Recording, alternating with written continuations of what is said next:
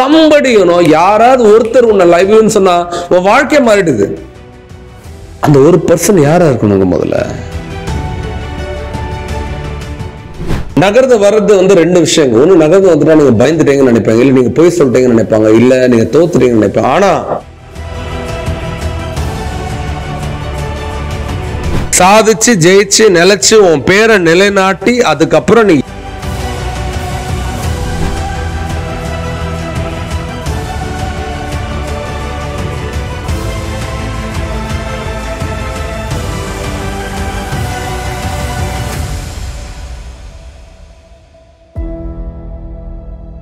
ஒரு பொண்ணு தன்னோட அப்பா கிட்ட வந்து, அப்பா எனக்கு ஒரு அசைன்மெண்ட் கொடுத்துருக்காங்க. என்ன அசைன்மெண்ட் வச்சாலும் அப்பா கேட்கிறாரு. அப்பா ரேண்டமா போய் யாருன்னே தெரியாதவங்கள கட்டி பிடிச்சி என்ன சொல்லணும் அப்படின்னா, கடவுளுக்கு உங்களை ரொம்ப பிடிக்கும், நாங்க எல்லாரும் உங்க கூட இருக்கோம் அப்படின்ற இந்த 3 வார்த்தைகளை ரேண்டமா இருக்கிற பீப்புளை போய் சொல்லணும்னு அந்த பாப்பா சொல்றோம். அப்போ ஒண்ணு, நம்ம இந்த காலத்துல இதெல்லாம் போய் யாருக்கிட்டமா சொல்றது, யாருமா எதிர்பார்ப்பா இப்பெல்லாம் நம்ம அப்படின்னு சொல்லி குழந்தை அடம் பிடிக்குதப்பா நான் பண்ணணும்ப்பா.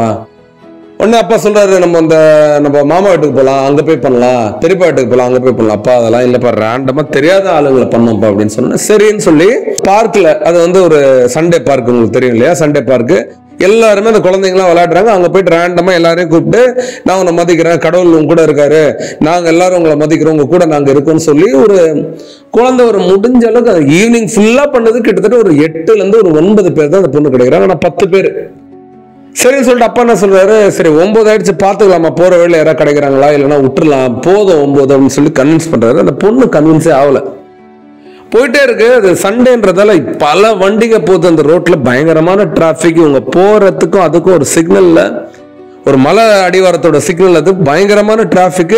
பார்த்தா ஒரு மலை மேல ஒரு சின்னதா ஒரு லைட் எரியுது. கிட்டத்தட்ட ஈவினிங் ஒரு 6:45 ஒரு 7 இருக்கும், இருட்டாகிற ஃபுல்லா இருட்டாகிற ஒரு நேரம். அப்பா அப்பா அப்பா ப்ளீஸ்ப்பா, அந்த மேல இருக்கிற வீட்டுல யாராவது ஒருத்தங்க இருப்பாங்கப்பா, ரேண்டமா இருக்கும்பா, புதுசா இருக்கும்பா, ஒருத்தரை கூட நம்ம எல்லா குழந்தைங்களாம் நான் ஹக் பண்ணிருக்கேன்ப்பா, ஒரு வயசானவங்களா நான் ஹக் பண்றோம், போதும்பா, நான் யாராவது இருக்க போறாங்கம்மா, ஆபத்து ஏதாவது இருக்க போகுது, நாய்க்கு ஏதாவது வளர்க்க போறாங்க, இல்லப்பாப்பா நான் போறேன்ப்பா அப்படின்னு சொல்லி மேல அந்த பொண்ணை கன்வின்ஸ் பண்ணி மேல போகுது. அப்பாவும் பின்னாடியே போறாரு. அந்த பொண்ணு கூட தொல்லையா இருக்குன்னு சொல்லி, குட்டி பொண்ணு இல்ல, அது என்ன கேட்டாலும் செய்யணும்னு சொல்லிட்டு சரி கன்வின்ஸ் ஆகி மேல போறாரு. மேல போனோடனே அங்க நாக் பண்றாங்க. உள்ள இருந்து ஒரு வயசான ஒரு லேடி வருது வெளியே, வேற யாரும் இருக்க மாதிரி தெரியல, அந்த லேடிக்கு தனியா வருது. இந்த பொண்ணு போனோடனே ஹக் பண்ணிக்கிச்சு, ஓடி போய் கட்டி பிடிச்சிட்டு, எனக்கு உங்களை ரொம்ப பிடிக்கும், உங்களை ரொம்ப மதிக்கிறேன், கடவுளுக்கு உங்களை ரொம்ப பிடிக்கும், நாங்க எல்லாரும் உங்க கூட இருக்கோம்னு சொல்லணும்னா ஓன்னு அழுது. அந்த அம்மா தேம்பி தேம்பி தேம்பி அழுது, அப்படியே அடக்க முடியல அந்த அம்மாவை அழுது, பயங்கரமா அழுது, பயங்கரமா அழுது. ஷாக்கு அப்பாக்கு. அந்த பொண்ணுங்க உள்ள கூட்டு போய் உட்கார போட்டு உள்ள போயிட்டு என்ன பண்ணுது, சூடா டீ போட்டு கொடுக்குது. அந்த பொண்ணோட காலில் விழுந்து கதறுது, அழுகுது, காலை பிடிச்சிக்கிட்டு. ஒண்ணுமே புரியல உங்களுக்கு. அந்த அம்மா இவனை தப்பு கப்பு பண்ணிட்டோமான்னு அழுது. உடனே அவர் சொல்றாரு, ஏன் அழுகுற அப்படின்னு கேட்கிறாரு அவங்க அப்பா. அவுட் ஆஃப் கியூரியாசிட்டியில, ஒரு ஆச்சரியத்துல, சந்தேகத்துல, ஏன் அழுகுற அப்படின்னு கேட்கிறாரு. சொல்லுது, எங்க வீட்டுக்காரர் இறந்துட்டார் சமீபத்துல, என் வீட்டுக்காரர் நான் தான் கொன்னுட்டேன், நான் தான் என் வீட்டுக்காரருக்கு சூனியம் வச்சுட்டேன் அப்படின்னு சொல்லி என்ன சூனியக்காரன்னு சொல்லி எனக்கு யாருமே பேசுறது இல்லை சார். நான் சொல்லுங்க, நீங்க சொல்லுங்க, நான் எங்க வீட்டுக்காரரை கொல்லுவேனா சார்? என் வீட்டுக்காரர் எனக்கு உயிர் சார், அந்த மனுஷன் இல்லாத பாருங்க சார், இன்னைக்கு யாருமே இல்லை சார் இன்னைக்கு அப்படின்னு அழுது.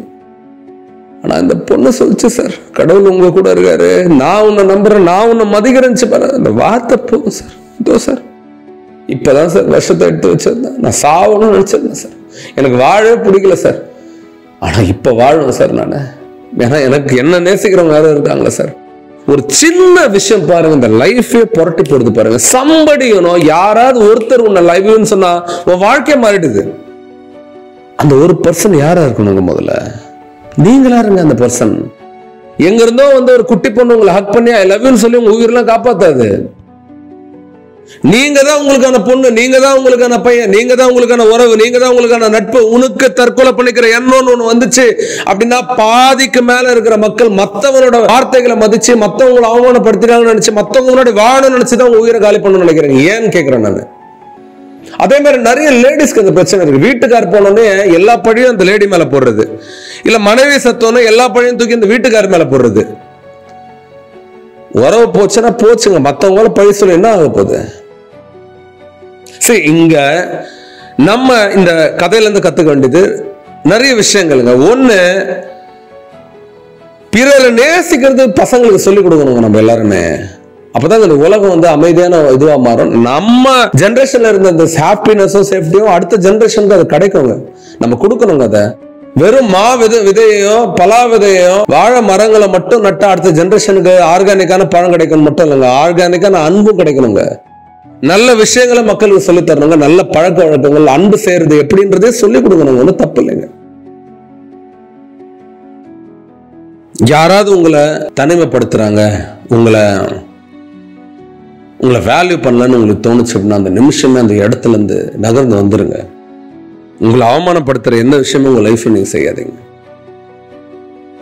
நகர்ந்து வர்றது வந்து ரெண்டு விஷயம். ஒண்ணு, நகர்ந்து வந்துட்டா நீங்க பயந்துட்டீங்கன்னு நினைப்பாங்க, இல்ல நீங்க போய் சொல்லிட்டீங்கன்னு நினைப்பாங்க, இல்ல நீங்க தோத்துட்டீங்கன்னு நினைப்பாங்க. ஆனா நீங்க அங்கேயே இருந்து உங்க மனசை மட்டும் நகர்த்திருங்கன்றேன்.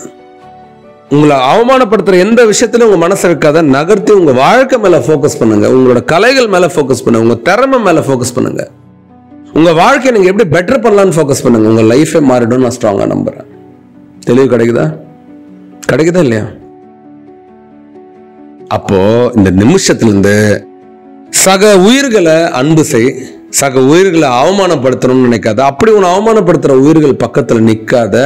மன ரீதியில சாதிச்சு ஜெயிச்சு நிலைச்சு உன் பேரை நிலைநாட்டி அதுக்கப்புறம் நீ யாருன்றது இந்த உலகம் புரியறதுக்கான நேரம் வர வரைக்கும் காத்துரு. Okay, thank you so much.